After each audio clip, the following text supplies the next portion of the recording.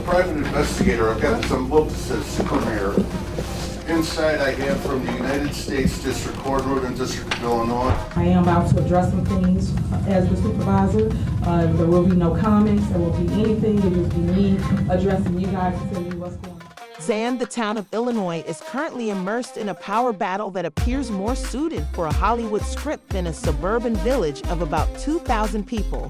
And at the core of all of this is a political drama that has an unusual backdrop but keeps growing messier by the day. Mayor Tiffany Henyard is the cause of this mayhem. She has been accused of mismanagement from about every perspective, has been involved in legal disputes, and even got into a heated confrontation with her own board of trustees, and the drama doesn't end there. Very appreciative to receive the information today. We have the best mayor ever. I've been here since 1993. Let's get into the latest developments where it's no longer just about governance, but a full-blown battle for control of the village. The most recent flashpoint in this political soap opera came down to something as basic as where to hold a village board meeting. Sounds simple enough, right? Well, do not picture this Mayor Henyard. So what's really going on in Dolton? Why are people comparing the current political climate in the village to a reality TV show?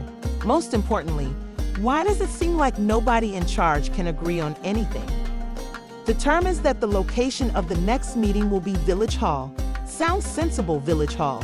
Being the customary location for such events is one thing, but wait.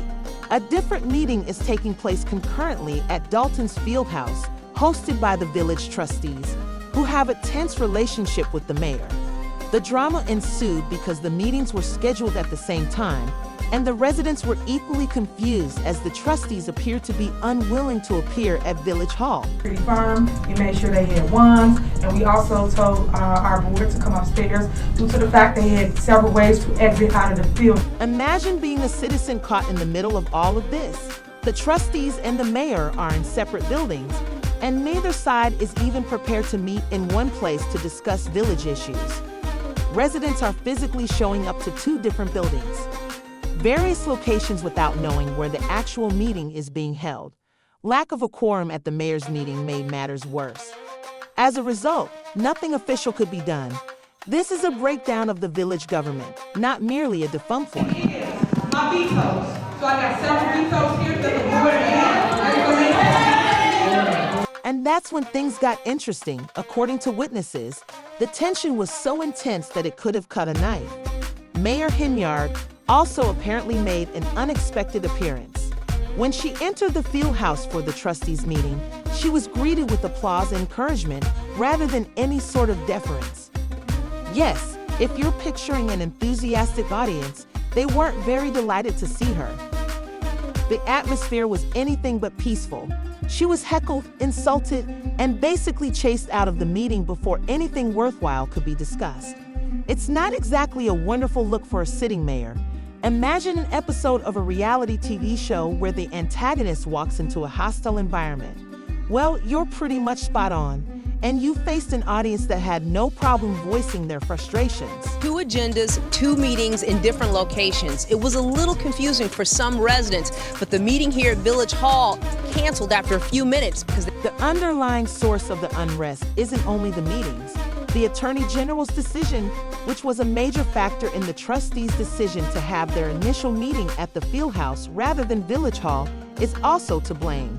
There has been ongoing debate about whether the public can enter Village Hall. It is purported that Mayor Henyard has increased security there to such an extent that it is now nearly impossible for members of the public to attend these meetings. If you have to go through airport security simply to attend a local village, consider your options. The trustees argued that the high security at Village Hall was just Henyard trying to tighten her grip on power by controlling who gets in and who doesn't. If you're wondering if transparency is a priority here, they didn't think so, which is why they chose the Fieldhouse as a more accessible alternative. The trustees moved the meeting to the Fieldhouse to make sure that residents actually had a chance to participate in the democratic process without feeling like they were being screened by the Secret Service. board meetings, one held at Village Hall, one held at a park district, and now there's a lawsuit, and I talked to the attorneys for both sides. But here's where things get... Nonetheless, this is where things even merchandise. There are rumors that Henyard has been selectively granting access, supposedly only letting in supporters while keeping out anyone who would criticize her administration.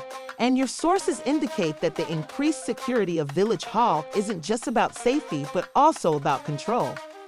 Locals, this serves to support the notion that Henyard is more focused on maintaining its positive reputation than practicing true transparency. Concerns are not limited to the residents either. The trustees have made suggestions that Henyard may be using her high security to avoid responsibility and shield herself from criticism. Judge today declining to hold her in contempt, but did warn her that if she did not follow the ruling, he would. Naturally, Henry didn't take this statement lightly. She went on to sue the trustees and other officials, requesting that Village Hall be acknowledged as the exclusive location for board meetings. In the lawsuit, she alleges that the trustees are willfully breaking the law regarding transparency by holding meetings somewhere else. If this seems like a huge power battle, you're not wrong. Henyard claims that she is the one who is being victimized in this situation, and the lawsuit is her method of fighting back against what she perceives as an attempt to undermine her authority. The legal dispute is only a small part of a bigger conflict about who will decide how Dolton is developed in the future. This administration is shameful. Y'all are a disgrace. We're watching the fall of this administration. And it goes beyond simply deciding where to have the meetings. Village operations are being severely hampered by these legal disputes. Services are being delayed, budgets aren't getting authorized, and it appears that the leadership cannot agree on even the most fundamental of issues. As a result, residents are beginning to notice that village affairs are disintegrating. The fact that Domino is losing money is one particularly obvious problem. It's not a good comparison to Henyard's leadership when residents are paying ATT maintenance ACC to high prices that are being managed or mismanaged. Thornton Township, where Henyard also holds a leadership position, is in much better financial shape. Thornton Township has a surplus while Dolton is, by all accounts, drowning in debt. Mayor took steps to correct those things that the Attorney General required.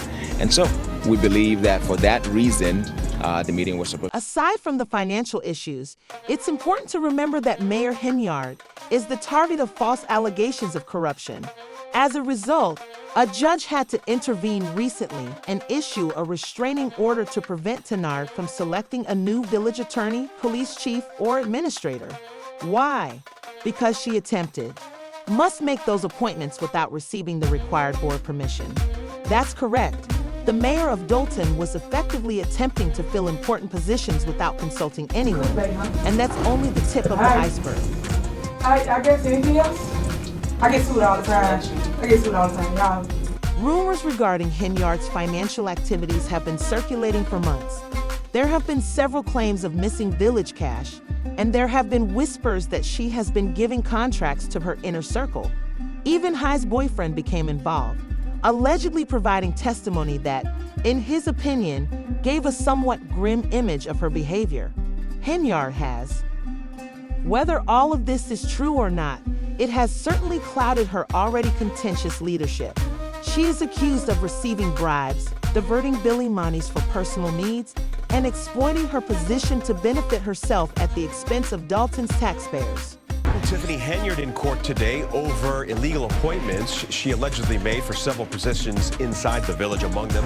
The situation has grown so bad that some locals are openly wondering why Henyard hasn't been subjected to more severe penalties yet. One especially irate user expressed this frustration online, asking, "Can anyone not tell me why she hasn't been arrested?" Absurd, and to be honest, they're not the only ones who think so. Despite all the allegations and turmoil around her, Heard continues to hold office and doesn't seem to be affected by the growing legal and political difficulties. My police chief,